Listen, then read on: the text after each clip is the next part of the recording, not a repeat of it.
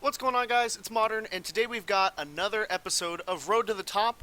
Sorry I haven't posted in a little bit. I've been pretty busy with a couple of things, and I've had a few issues with my internet, as well as rendering a couple of these videos out after I've edited them a little bit. So, yeah, it's been a little bit tough trying to get these out, but finally we're going to be able to get one up for you guys tonight, and I'll have one up for you guys pretty much every single day this week. And hopefully I can keep a consistent schedule like that. I really like the idea of posting a video every day, usually not maybe on the weekends, but sometimes I will. It really just depends on if I'm busy or not. I am a full-time student and I am working part-time as well, so it does take up a fair chunk of time having to do those things. But yeah, we're going to go and start up. Music 7, because that's the best music. And if you've noticed, I've actually played a few matches. Like I said, my internet hasn't been working properly, or at least my DS has not been connecting very properly. First opponent's going to be John Yo from Mexico, 1555 rating. Going to have a pretty interesting team right here. Leopard and... I was going to say Yveltal for a second. That's not an Yveltal, that's a Giratina, so even more weird than I was thinking. It looks like... Okay, so Salamence is definitely very good in this matchup right here. I'm expecting my opponent to go for a more, I guess, safe lead right here, just because Salamence threatens them so heavily. I know that Giratina could potentially carry the Tailwind right here, so I have to be very cautious for that. It also has Will-O-Wisp, so if I want to bring Scizor into maybe... actually, Scizor doesn't really do anything. I probably have to go with the Trick Room mode now that I think about it. Probably just going to go with Salamence, and should I go Kyogre for the lead?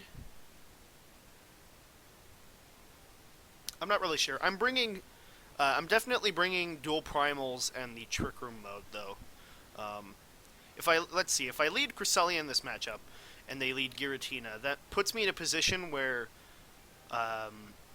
if they predict me to switch out and go for Trick Room or something, they could KO me, which is very bad. So I guess what I'll do is I'll just do Salamence Cresselia is fine, I think. Kyogre Groudon in the back.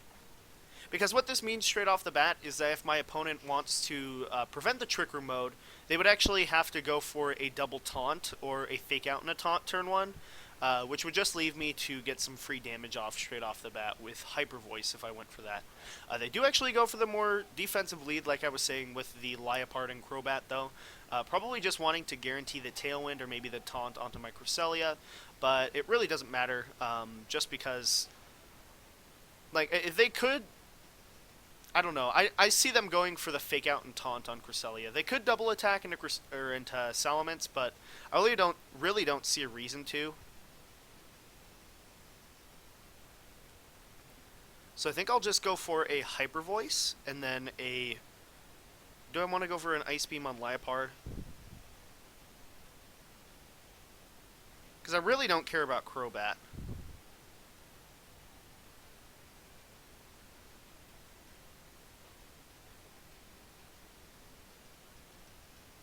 Yeah, I think I'll go for the Leopard right here.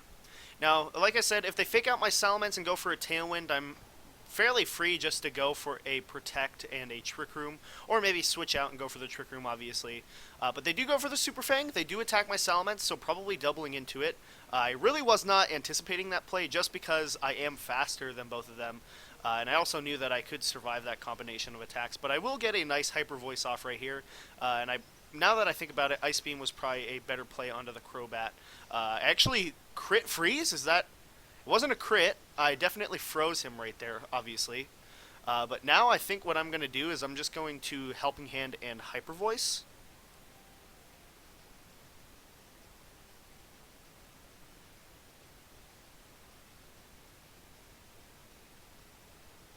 No, you know what? I think I need to go for the Trick Room right here.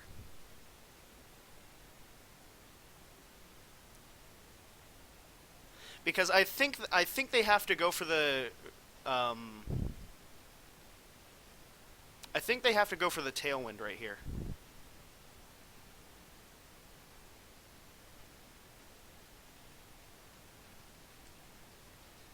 Yeah, I'll just Hyper Voice and Trick Room. If they do Super Fang me, which they do... Oh, but I avoid, so that's actually really good for me. I was going to say, if they did go for the Super Fang, it just means I get a Trick Room up and I can go and attack the Crobat. And if they bring in something like Groudon, I can easily switch in my Kyogre and be fairly fine with that play. Like, if I switch in Kyogre, they would have to predict a switch with Precipice Blades or an Earth Power, neither of which are going to do too much just because my Kyogre is so bulky.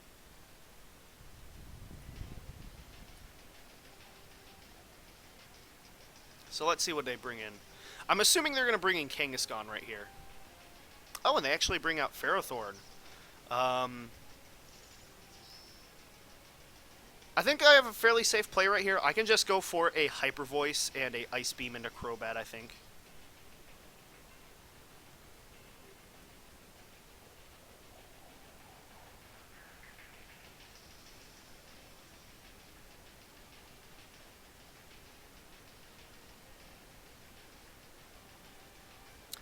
Yeah, because what this will allow me to do is if they, let's say they protect with Ferrothorn, I just KO the Crobat. Because I think right here they have to go for the Gyro Ball, as they do switch out. Probably the Kangaskhan, I would imagine. So they don't actually bring their Primal this match, which is surprising. They do go for the Gyro Ball play, though, into the Salamence, so that was completely fine.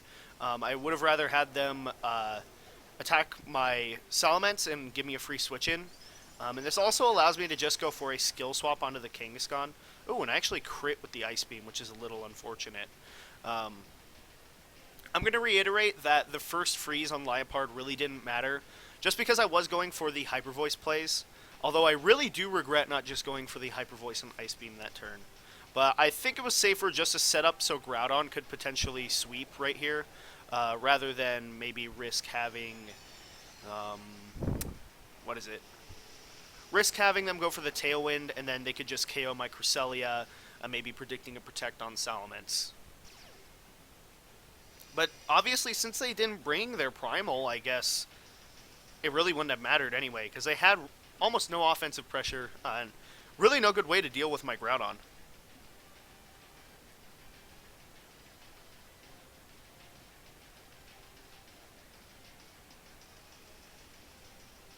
I'm actually going to protect and skill swap the Kangaskhan right here. I want to prevent from taking any extra damage on my Groudon, especially because if they are possibly a slower Kangaskhan, then they could actually threaten me in the Trick Room, given that my Groudon is actually max speed. I'm still really not too sure why they didn't bring the Primal that match. They had really no good way to take out my Groudon, and they actually double into the Groudon too, so I'm just going to get this skill swap up for free. And this means that unless they KO a combination of Power Whip and a, what is it? Combination of a Power Whip and a Sucker Punch, I just win the game right here.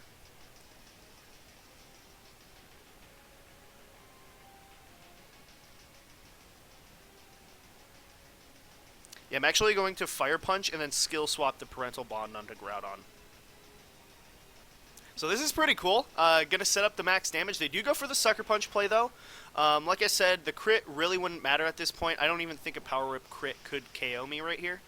Yeah, no, it definitely wouldn't have. And Fire Punch will definitely knock out this Kangaskhan. I can easily just stall out the Trick Room one more turn and then Fire Punch for the knockout right here. So gonna get off a lot of damage this next turn, or these next two turns. Fire Punch comes out. Let's see how much this does with the Parental Bond. Oh, and it just picks up the one-hit knockout regardless.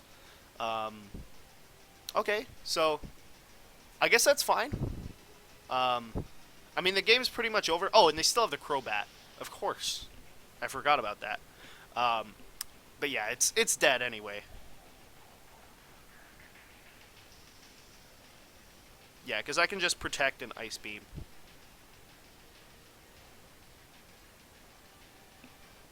So I'm really confused why my opponent didn't bring the Primal that match. I do go and get the really cool playoff with skill swapping the Parental Bond onto my Groudon, but I still don't understand. They had no real good way of taking out my Groudon unless they had either the Giratina or the Groudon of their own. I could understand if they went for something like Giratina, or one of the restricted Pokemon actually. Either would have been a fantastic choice against Groudon. Not so good against Kyogre, but if they brought the Ferrothorn as well, then that would be fine for them. But yeah, I was really prepared for that. So now I can just go for a Helping Hand and a Fire Punch. They're probably going to forfeit, though, as they do. Um, so yeah, I know I've said it 3 times already. I'm going to say it again. Really not sure why they didn't bring a restricted Pokemon that match, because they had almost no way to check my Trick Room mode. Even if they did double up turn 1 with the, let's say, a Kangaskhan and the Crobat, they wouldn't have been able to take out my Cresselia. So they really just didn't have enough damage. And that actually sort of goes with one of the things that I have said before on stream. A lot of people have been saying that, like, when you don't bring your restricted Pokemon to a match because they don't have a good matchup, your team becomes a lot more passive just because you don't have enough damage output, and you lose your best ways to actually take out the restricteds on your opponent's team. So, for instance, them bringing Groudon or Giratina for my Groudon. I mean, I guess they assumed that I had too many ways to check both of their restricted Pokemon, but they really didn't have any good way to KO my Groudon without it. Next opponent, going to be Ian with actually a pretty cool team right here. Going to be a moderately standard Mawile, Mawile, Groudon, and Yveltal team. This is an archetype that a lot of people have been using, although they do have a couple of interesting twists because normally this team carries Trick Room, but instead they're running the Ludicolo, and then they're also running the Landorus as well, usually opting for something like Thundurus, usually something that can help you take out Kyogre. Obviously the Ludicolo does that for their team. From the looks of it, they are extremely weak to Salamence, so I'm completely fine with bringing that to this match. They're also really weak to Kyogre. The Yveltal does a really good job at checking it, but like, to be completely honest, I don't think that's the best choice for them to bring this match. Or the best choice to take out anything on my team, really. I'm probably just going to lead these Salamence and Talonflame straight off the bat. I want to be able to immediately threaten anything on his team with a Fire-type attack, and I don't really anticipate them to bring the Groudon to this match. Let's see, should I go for Talonflame or Cresselia? Yeah, I think I'll go for the Talonflame.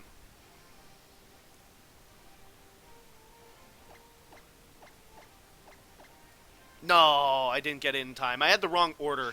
Hopefully it chooses Groudon. If it chooses Scizor, that's fine. If it chooses the Cresselia, that's really bad. I wasn't able to get that in time. I wanted to set up with the Tailwind to match their own. I don't really think that Cresselia is good in this match because they do have the Yveltal. Physical sets can easily pick up a one-hit knockout, which I really, really don't like. Because obviously, one-hit knockout on anything, really not that good, especially when you're relying on something like Cresselia for support. So let's see what I brought, or what it brought for me. Did bring the Cresselia, though, so that was the worst one. If I did happen to get Groudon, what I could do right here is just sack my Talonflame, setting up the Tailwind, and then I would actually be able to just sweep them with Rock Slide. If Mawile switched in, they'd obviously be against my Groudon, which would really, really suck for them. For this first turn, I'm just going to go for a Hyper Voice and a Tailwind. It's sort of obvious, go for the Tailwind, match their own Tailwind, just because it's very likely that they'll go for that play. They could also potentially double into my Talonflame, or if they just have Foul Play on Yveltal, they could go for that. But they do just go for the Protect with Yveltal, probably setting up the Tailwind. So I'm just going to match their Tailwind and get free damage off right here. Let's see, are they yeah, they Tailwind. So that's completely fine. Let's see, so they had the Mawile for Intimidate on their team. Let's see how much Hyper Voice does. Does about half to Talonflame, so that's really nice. I think what I'm going to do next turn is I'm just going to double up into Yveltal with a Flare Blitz and a Double Edge. I don't anticipate them to switch out their Talonflame at all, just because they really don't have a good way to take out either of my Pokemon from the looks of it. And if they switch in Mawile, then I could easily just threaten them with something like a Groudon switch in. So I'm completely fine with that. And like I said, I am just going to double into this Yveltal right here. They actually protect Talonflame, so unless they're going for a Sucker Punch of some sorts, then I actually get a free knockout this turn. Or unless they, I mean, I guess they could have, like, Citrus Berry on Yveltal. I don't really anticipate it, though. And I'm actually not sure if Double Edge can pick up the knockout right here. I know Double Edge usually picks up about 60% damage on Yveltal, sometimes 70, at least on max HP variants, and obviously does a lot more depending on how much bulk they have. But I do just take out, I do get a free knockout this turn. And if they do happen to switch in Mawile this turn, then I think I'm pretty much set to win the game. Just because... Oh, but they send out Ludicolo, so that's fine.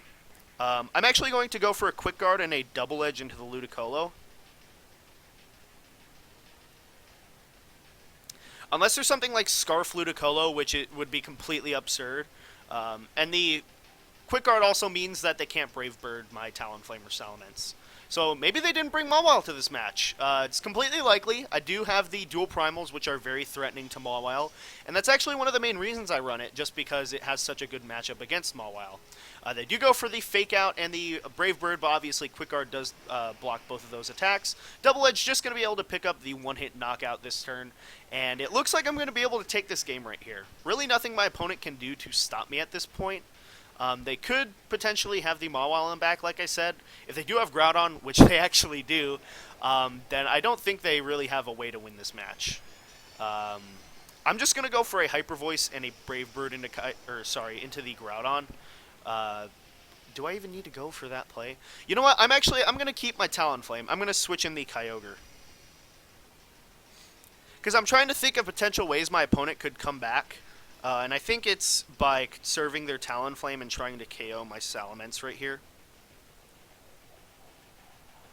So by going for Hyper Voice and then switching in the Kyogre, what it means is that if they go for a Fire-type attack onto my Groudon, or maybe Flare Blitz predicting a Quick Guard, then they actually don't do any damage. That's actually another one of the things I really like about my team, is that I do have the... dual primals, so if I want to switch in on one of the primals' attacks, like if Groudon's going for a fire attack, or if Kyogre's going for a water attack, I can swap in either primal, negating their attacks. And they did actually go for the Flare Blitz play, but like I said, switch in the Kyogre to prevent that. Looks like they're actually a Adamant Talonflame too. Oh, and they're a Thunderbolt Groudon! Oh my gosh. It does absolutely nothing to my Kyogre right here, but... really funny way to end this match. Now, I just want to go for the Draco right here because there's really no reason for me not to. I already won the game. They probably should just forfeit, but... Draco Meteor just means that I get the one shot on Groudon right here. Just to save me some time, also shorten up this episode a little bit. And let's see if it does actually pick up the knockout. And it does. So, just like I predicted, Hyper Voice might have done... probably would have done enough to get the knockout, depending on their bulk. And we do actually end with a 4-0. So going 2-0 this episode. Having a sort of weird first match right there. I'm really not sure what my opponent was doing. They didn't have either of their restricted Pokemon, which gave them a really, really bad matchup against my Groudon. Given that they had Kangaskhan, which is a physical attacker, they had the Ferrothorn, which is weak to the Groudon, and then, what was it? I think they also had the Talonflame on their team, too, obviously doing nothing to Groudon yet again. So yeah, I just had a really good matchup for these two matches. Obviously, the Tailwind play, turn 1, I'm really not sure why my opponent didn't just attack. I guess they were predicting me to maybe double that first turn, but Tailwind, definitely my safest play. So we're just going to end the episode right here, I guess. I'll make sure to have an episode out tomorrow. Like I said, I want to keep a consistent schedule going. I know how much people like having daily videos. I, myself, enjoy watching YouTube, at least on my free time. Like I said, I am a busy person, but when I have a few minutes, if one of my friends posts a video, then obviously I go and check it. And as always, guys, thanks for watching.